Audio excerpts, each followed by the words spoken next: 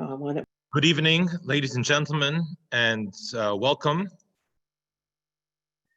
Want to welcome everyone to our pre-Rosh Hashanah, pre-High Holiday service. I'm glad that you're all here, and want to thank everyone for their participation. And I, of course, bring greetings to you from our sanctuary. I'm sitting on the bima near the Ark for this special Zoom pre-High Holiday service. When a society faces adversity, it should take cues from God, and we look at God's world to learn wisdom. One of the amazing wonders in this world are the ancient giant sequoias, great California redwoods as they're known as. Some of these trees are known to be thousands of years old. They're an amazing expression of God's power, of the power of nature. And for a long time, botanists and others have studied these trees to understand what has made them so hardy, what has made them, given them the ability to survive such a long time. And the assumption was that their roots must be so deep, hundreds of feet deep, to allow these trees to grow so tall, so strong. And what they found was actually that these roots don't grow very deep. The sequoias, the California redwoods, their roots actually just grow about 5-6 feet deep. But what they lack in depth, they make up in their width and breadth. Some of those roots go 100 feet from the trees. And what they tend to do, and this is where it gets interesting, is that they intertwine with the roots of other sequoias, and they fuse with those roots. And so really, in the subterranean, below the ground, what you find is that what looks like many different sequoias are actually one big tree. All these roots are united to make them one big tree. And that's what they found was the strength of these trees, the reason why these trees are so hardy and they've been able to survive for so long. This, my friends, has also been the secret of the Jewish people. And any society that has existed for a long time, we cannot do it alone. We need friends, we need a community, we need a support system. We need to have roots that are connected with community, with family, with friends. And when we have the support of our family, when we have the support of our friends, when we have others around us and we're together, we have this ability, we have this amazing ability to survive. And I think I would like to take this opportunity to thank all of you for coming together on this Zoom, even though we're not physically together. I think we're virtually together for a common purpose, and we're here as united and together. I do want to invite anyone who would like to, who's comfortable to turn on your cameras, that you can do so. The idea is unity. We can see each other. And of course, I'd love to see all of you. That is, for those who are comfortable, if you'd like to turn on your cameras, you can do so. What I'd like to do is begin tonight's program with the blowing of the shofar. This is not in lieu of blowing the shofar on Rosh Hashanah, but it is the month of Elul. And during the month of Elul, every day we blow the shofar, and we do it in preparation for the high holidays, for Rosh Hashanah. And the last day that we do it is on the day before Rosh Hashanah. In other words, today is the last day that we do the shofar blowing in the month of Elul. We do it before sunset. Sunset is in 4 minutes. Sunset today is in 7:41. So we're actually getting the shofar in the last 4 minutes of the day. We always like to do things, last second sometimes. So this is right in the last 4 minutes. I'm going to do the blowing of the shofar as we do for the month of Elul. We do not do a blessing for it, but this is the blowing of the shofar again for the month of Elul.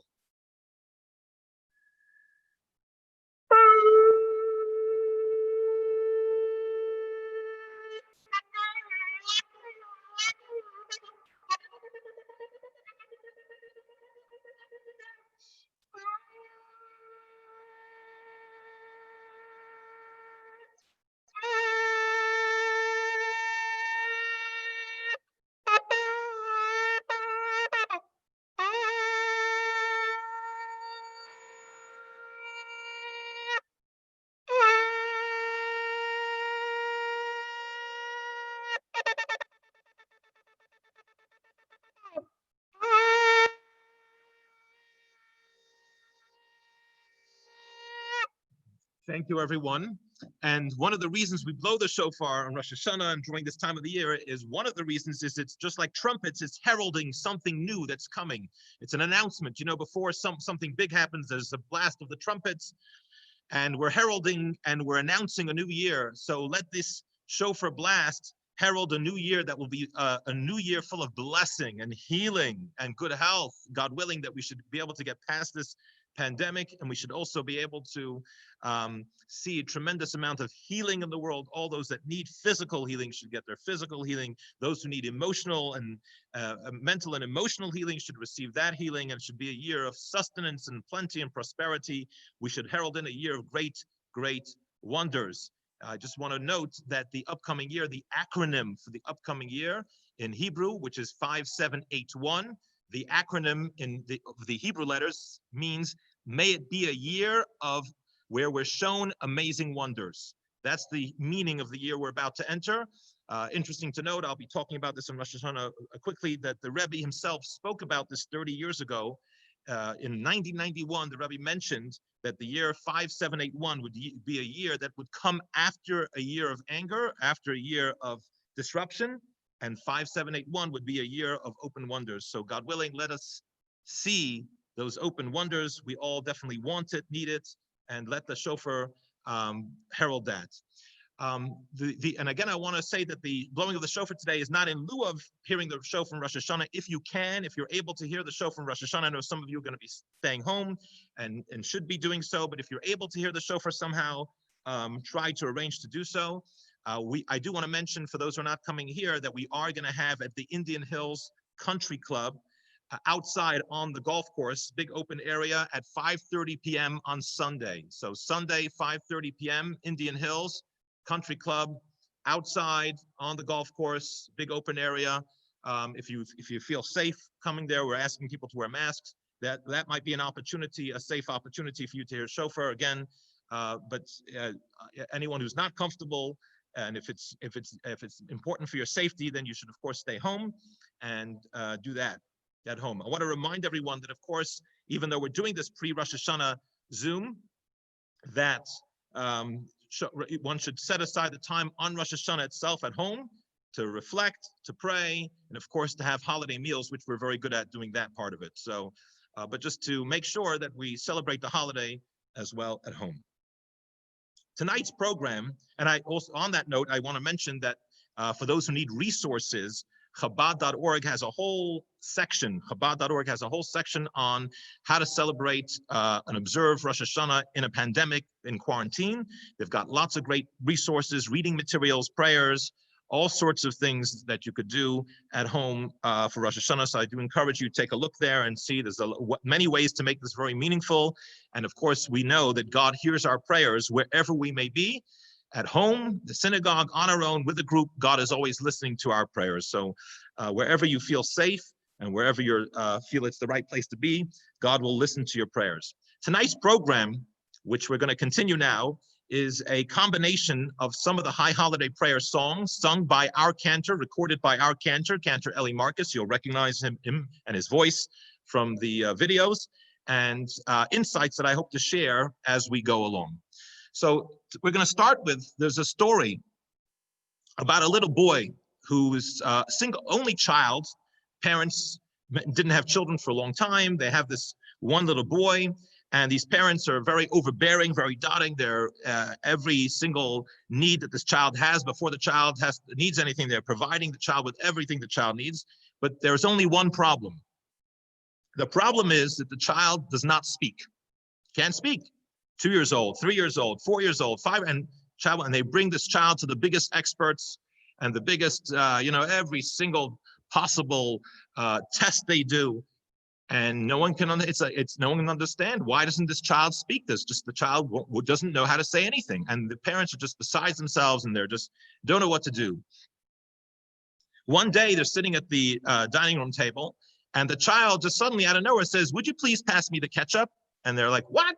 They like faint. How was that possible? How you know how to speak? He says, "Yeah, I know how to speak. I've known how to speak all this time." He says, "Well, why haven't you said anything?" He said, "I haven't needed anything till now. I didn't have a need to speak. You gave me everything, so there was no reason to speak. I didn't need anything." And it's really a parable, of course, that sometimes it's only when we have needs that we really have to communicate. And it's that way with our relationship with God. If we were made in such a way that we were totally self-sustaining, if we never had any needs, we would never really need a relationship with God. We would never need to turn to God. And part of the reason why the world is such where sometimes we find ourselves in a place that we're at our wits' ends and we have nowhere to go, there's no hope, and we just don't have answers, and we've got nothing but to look up to God, is because that's how we begin that relationship with God. That's how we get into a relationship with God.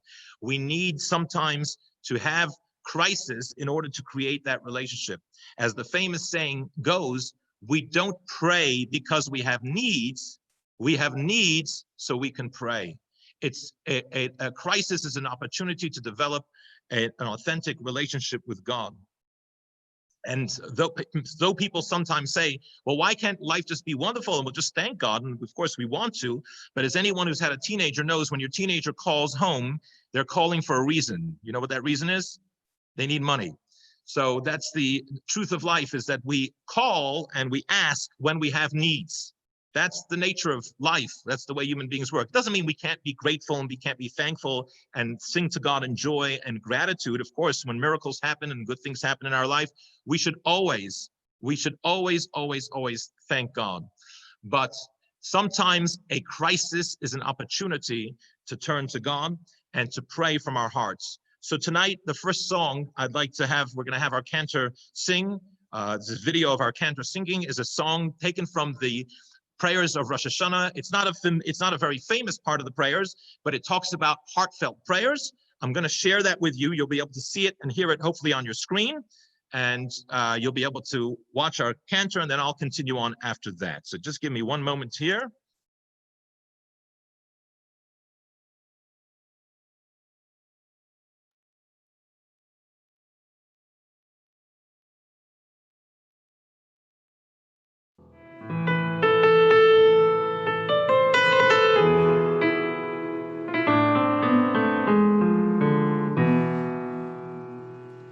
Yodayiti adino ki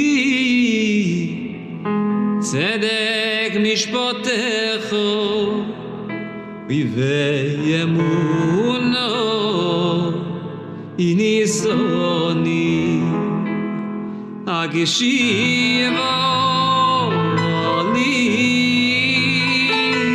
ya vaneni Orid besichi veyoimo venafeshi etogil ay vadoino tovosis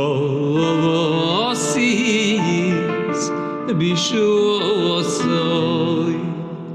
anoisen teshuo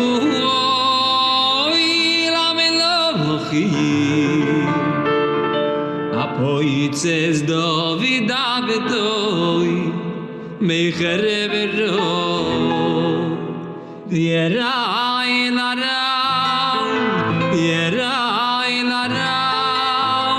Ayayam Oh Yerai Oh Yerai Yisegada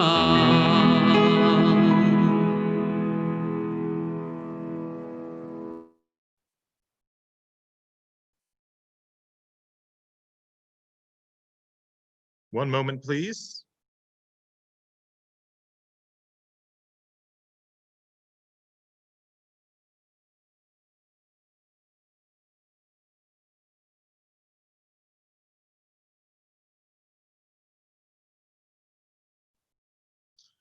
Okay, hope everyone's enjoyed so far our cantor, Eli Marcus.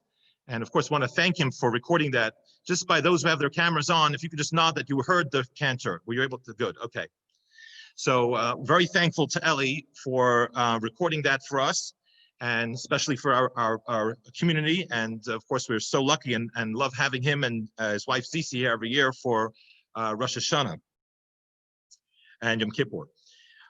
There's a story told about a father who's an elderly man. He's passing on from this world. He's on his deathbed, and he calls his children together, and he has them bring some twigs. And then he asks one of them to take one of the twigs and to break it, which he does. And then he tells them, I want you to take all the twigs and put them together and then try to break them. And of course, with all the twigs together in a bunch, and they try to break the twigs in a big bunch, it won't break.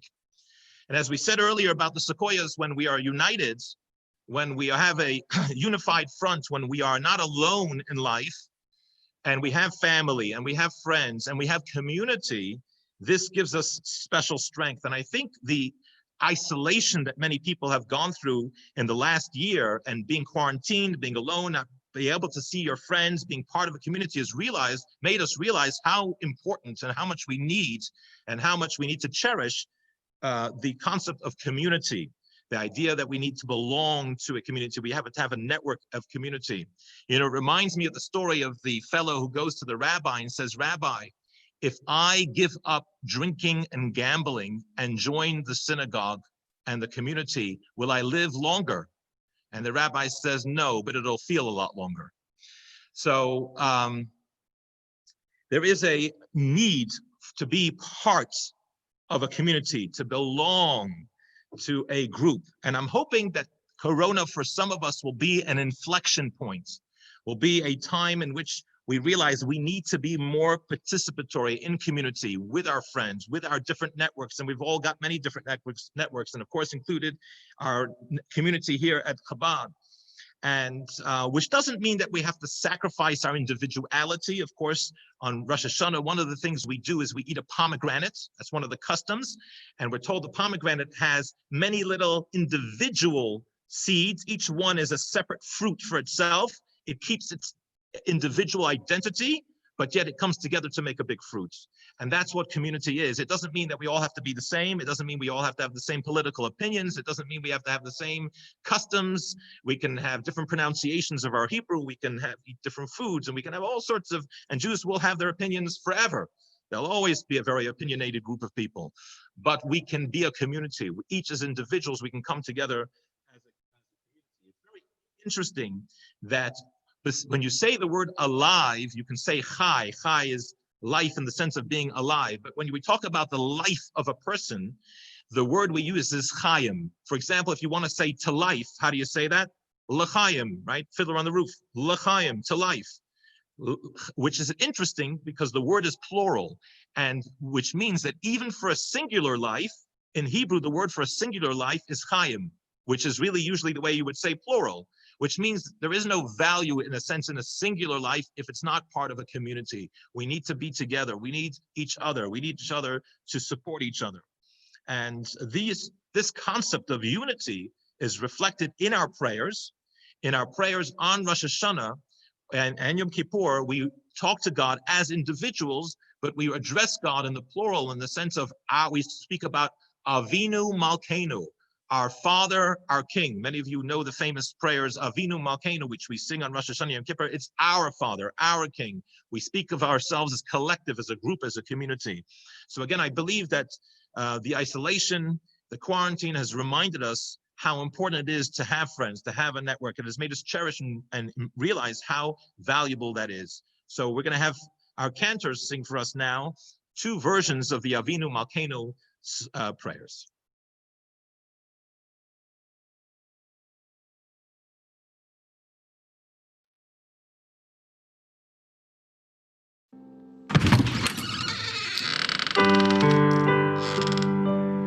Oh,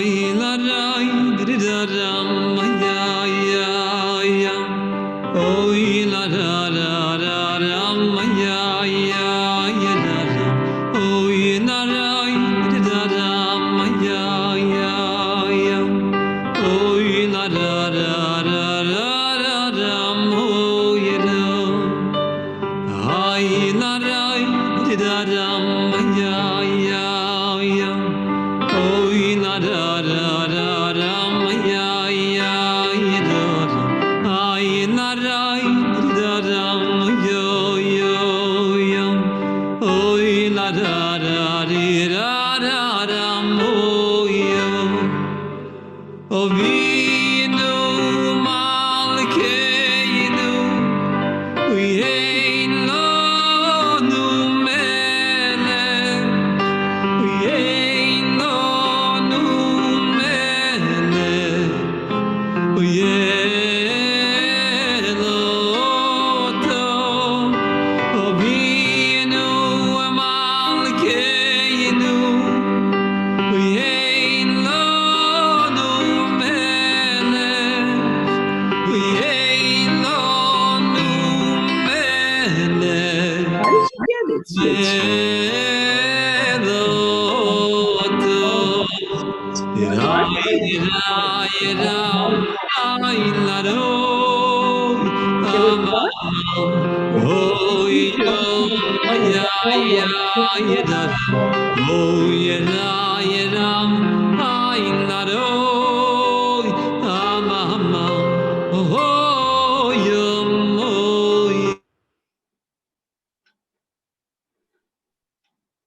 Okay, and now for a second version, It's Shirley Dobry. of the Avinu Malkeinu, one that you're more familiar with. I'm going to have the cantor lead us in a second one.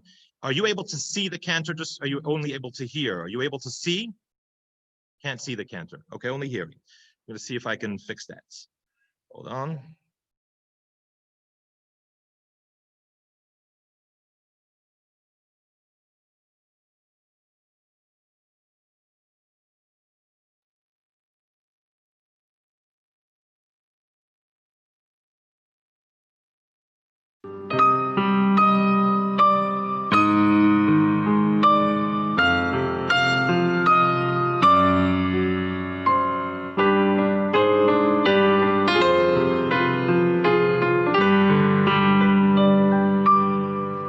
Avinu Malkeinu,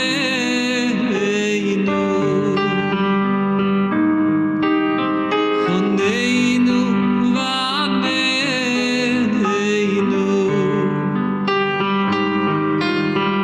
Avinu Malkeinu, Choneinu Vaneinu, Ki ein bonu maasim.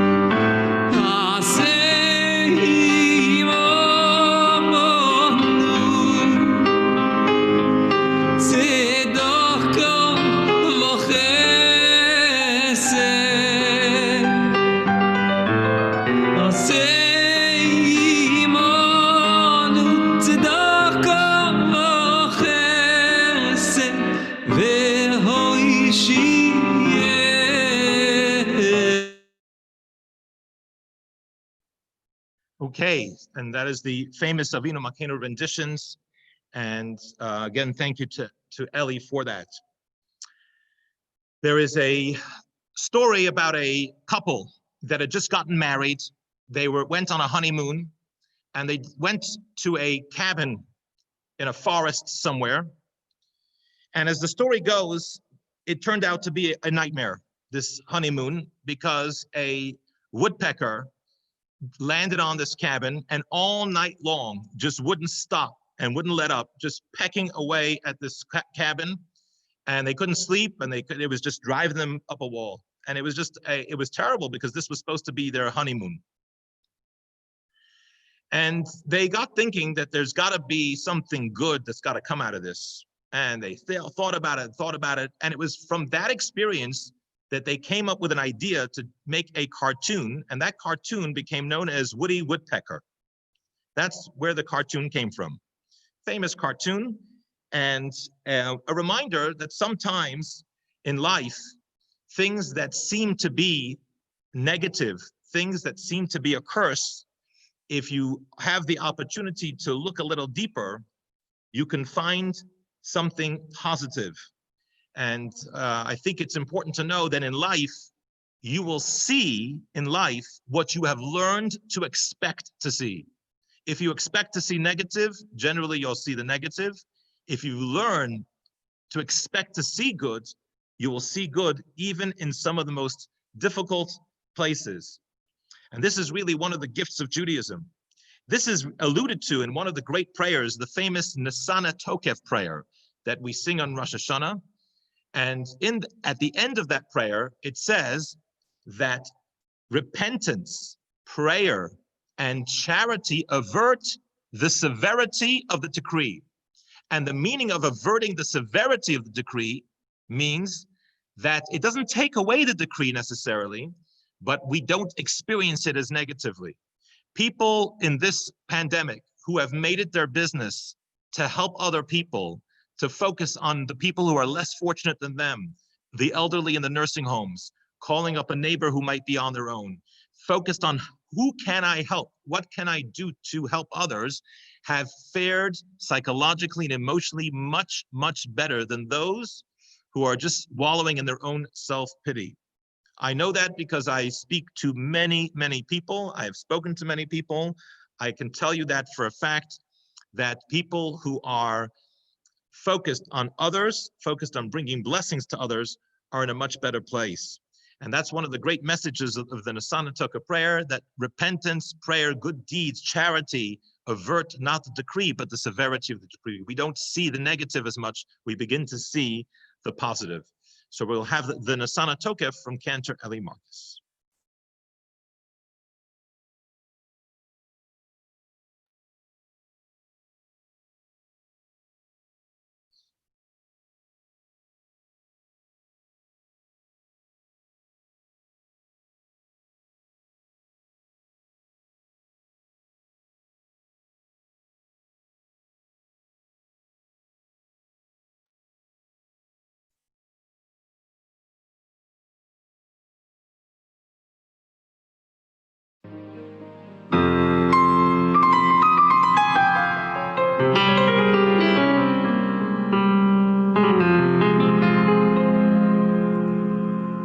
Unesane toike kdusha sayoi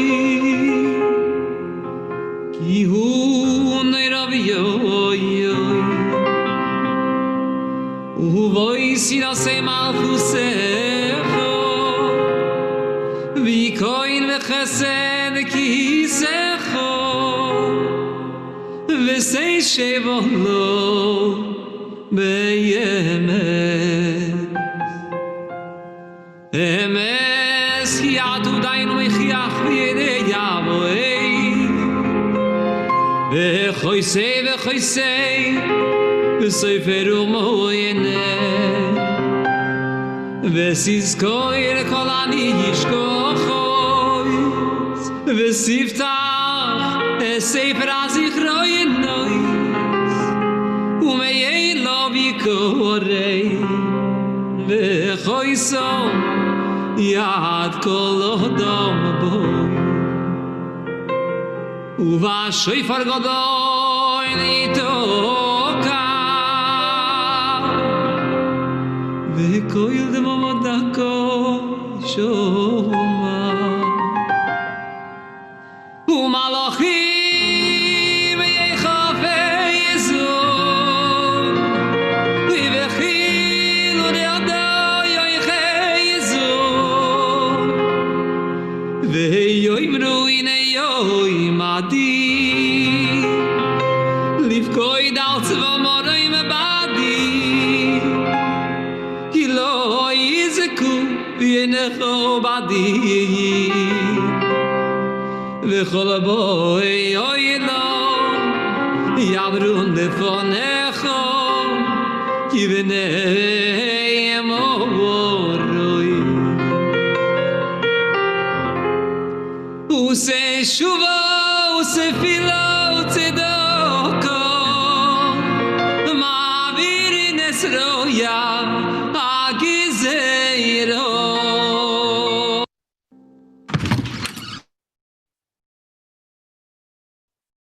Okay, were you able to see him that time? Still not. Okay, I've got work to do before Yom Kippur. So, but hopefully you heard the sounds. You can hear the prayers. The videos are also beautiful, and God willing, again, we have a selection of beautiful videos for Yom Kippur, and we'll be doing another Zoom before Yom Kippur, and I'll get my young teenage techies to get me sorted out before that time. But again, it's just beautiful to hear the sounds of our Chazan and to hear the Nisana Tokev prayer. So before we leave tonight, I do have some a parting message, parting words, and hopefully a message for Rosh Hashanah. And some of you I will be seeing over Rosh Hashanah, and of course some of you I won't be seeing over Rosh Hashanah, but just a few thoughts before we enter the new year. They tell a story about a young man who grew up in a small town, Jewish young fellow, grows up in a small town, and he goes off to school. He's very bright. He goes off to Harvard. And this fellow becomes a big doctor, very, very famous doctor, and he's very well known, he's made quite a name for himself. And this Dr. Cohen, as he's known, becomes quite a celebrity. And in this small town, everyone talks about Dr. Cohen. He comes from our town. He's a celebrity. He's a big fellow. He's a macher, as they say in Yiddish. You know, he's a somebody. And one day, after many years, he's invited to come back to his hometown to give a talk on the area of his expertise. And he gets the hero's welcome, Dr. Cohen from their town, this Harvard graduate and this great doctor, famous doctor. And there's an auditorium filled with basically everyone in town is there to hear him speak. He gets on the stage, and just as he's about to begin his speech, his papers fall on the floor. And as he bends down to grab the papers, inadvertently, he lets out this terrible big burp that goes over the microphone. And it's so loud and it's so obvious that the entire auditorium couldn't help themselves but to burst out into laughter. The entire auditorium, just together in unison. And he's so embarrassed. It is such an embarrassment that he just grabs his papers, runs off the stage, and runs out of town. And he leaves, and he never goes back because he's so ashamed and so embarrassed. It was the most embarrassing thing possible. He never goes back. Many years go by, about 25 years, and his mother, who lives in this town, is not doing well. She's ailing, and he's struggling with. She wants him to come, but he's still a little embarrassed. He figures 25 years is a long time. He's a little embarrassed to go, so he decides for Mom he's got to go, and he goes back, and he books himself in a hotel.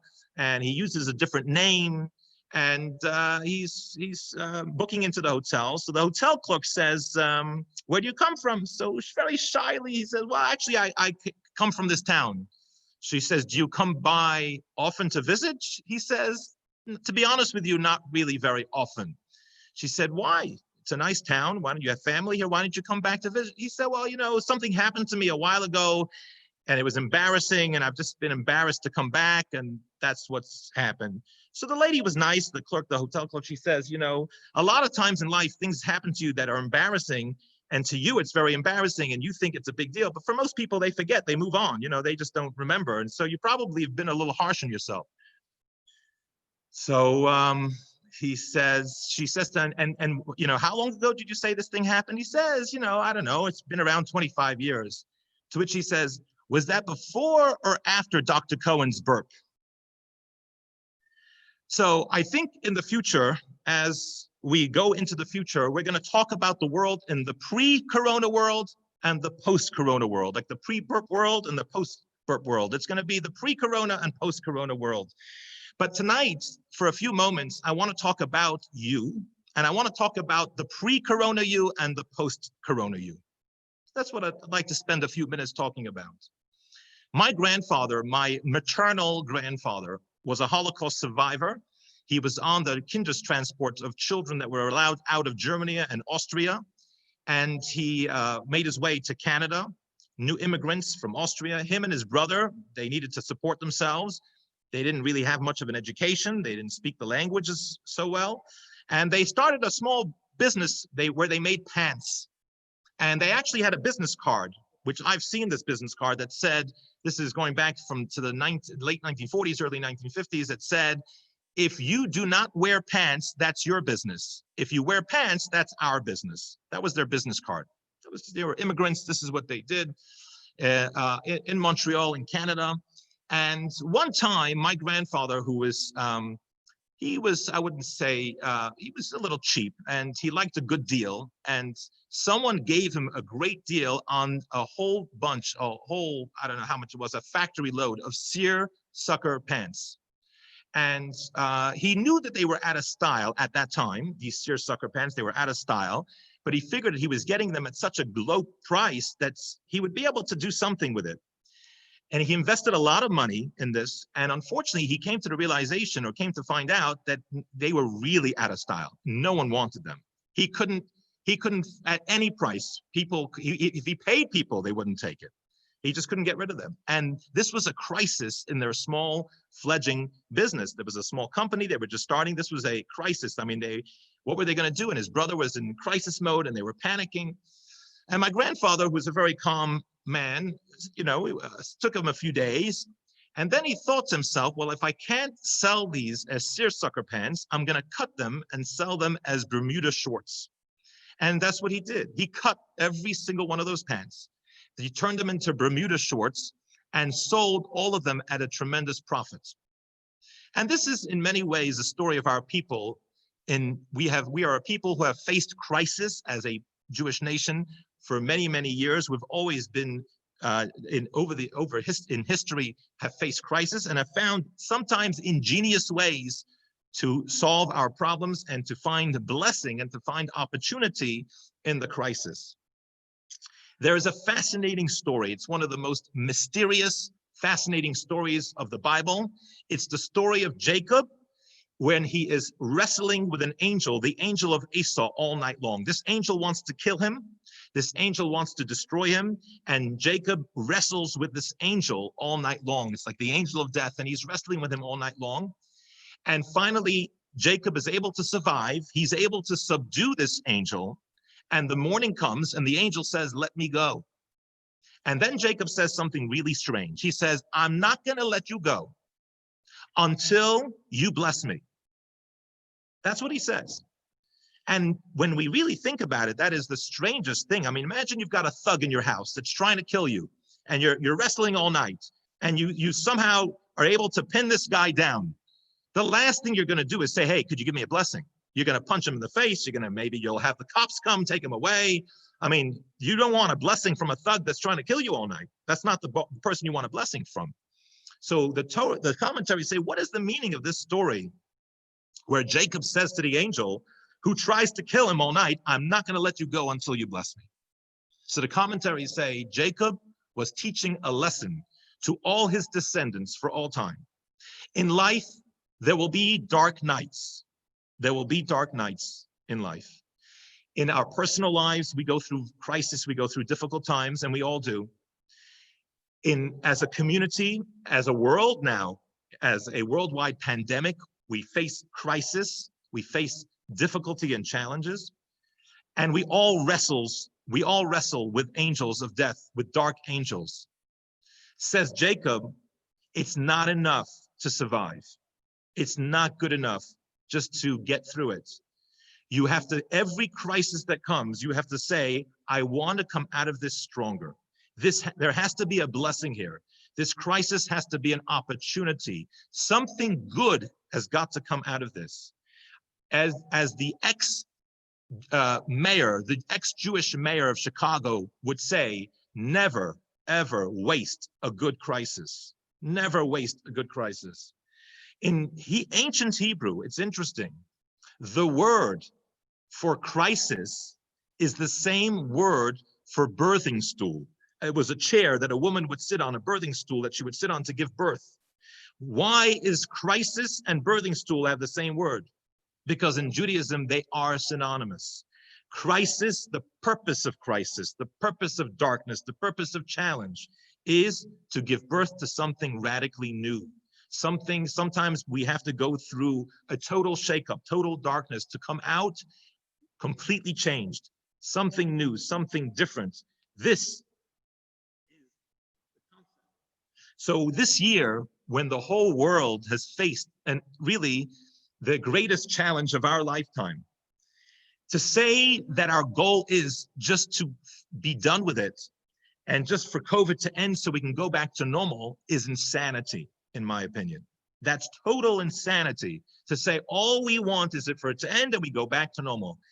To go through all of this and not to come away with a blessing, not to come away changed in some way, what a waste of a crisis. What a waste. We've got to come away with a blessing. And never mind the amount of human suffering that people have gone through.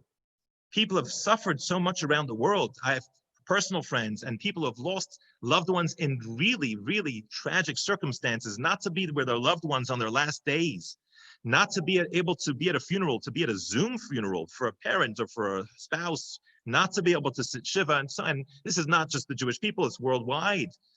To go through all of this and say, we just are going to come out and be unchanged, it's heartless. It's heartless. It's cruel. It's cruel. We've got to have a post-corona reality.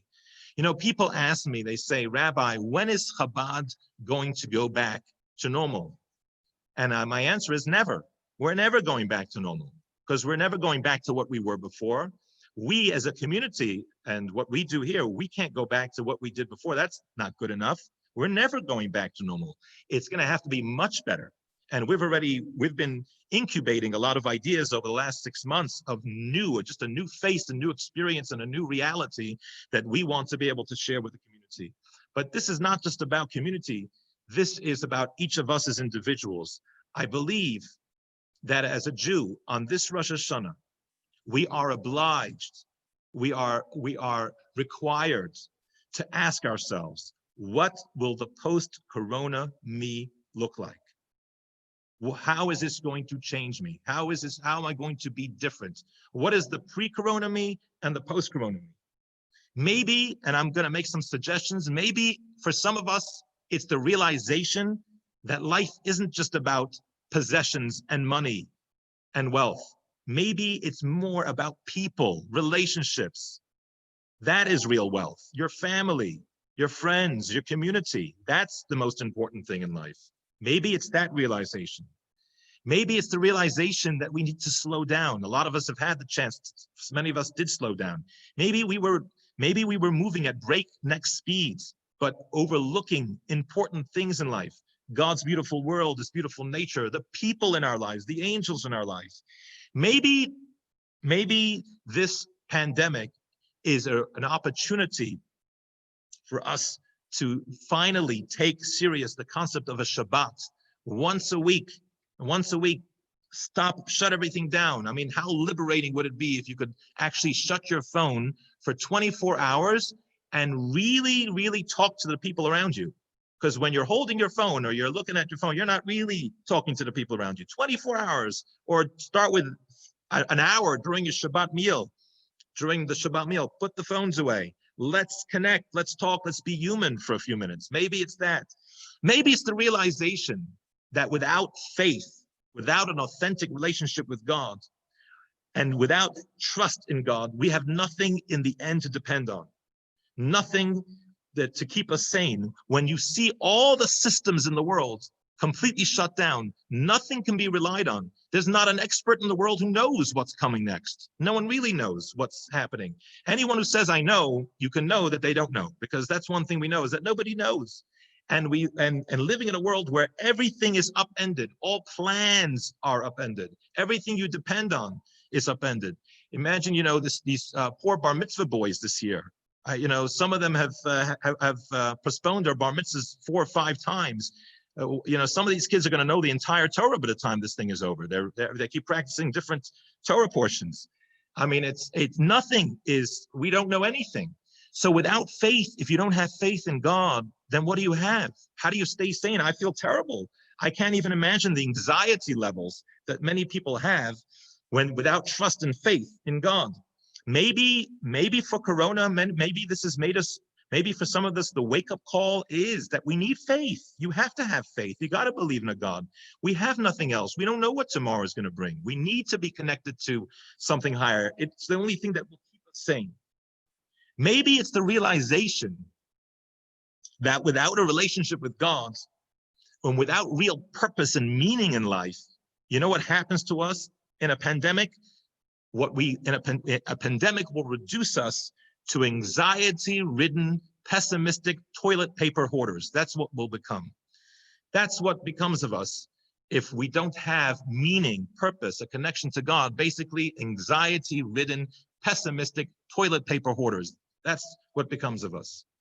So maybe it's the realization that we need to have faith. We need to connect with the people around us. Whatever your realization is, there has to be a realization of 2020, a new vision, a new ability to see clarity, to have 2020 vision, to be able to see things clearly.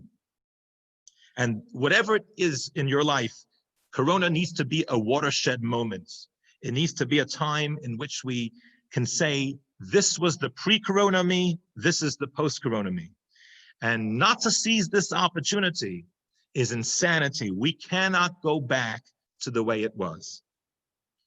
I want to conclude by saying that our ancient tradition, I know a lot of people out there are very pessimistic right now, but I will tell you that our ancient tradition, Judaism, is very bullish. It's very, very optimistic about the future. And it sees a world in the future of peace, of harmony, of enlightenment, of meaning, of purpose, of joy.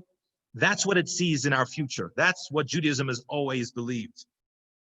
But when Judaism talks about this global change for the good, it has never believed that global change comes from government policies or UN resolutions or elections. These are not the things that are going to change the world. Judaism has always believed that change, and has never wavered from the belief that change and real change has to be organic and grassroots. It's about what each of us does in our own homes, what we do in our homes, what we do in our communities, what we do with our neighbors. That is how we change the world. That's how this transformation takes place.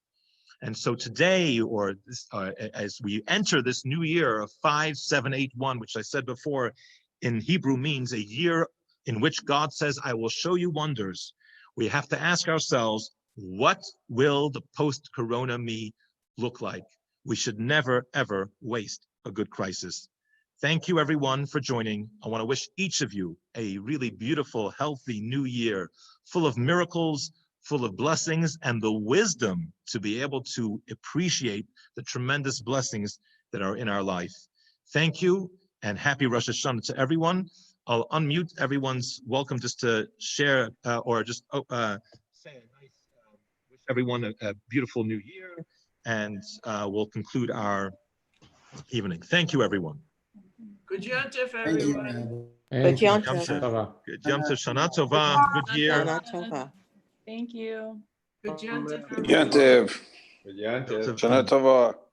Okay, and I want to also remind everyone, if anyone needs anything, reach out. I know some people that I'm going to be calling tomorrow, but if you need anything, please reach out. And if any way that we can help you, we are there for you and for anyone else who needs help. Thank you, everyone. Thank you, Rabbi. Thank you. Shana Tova. All the best.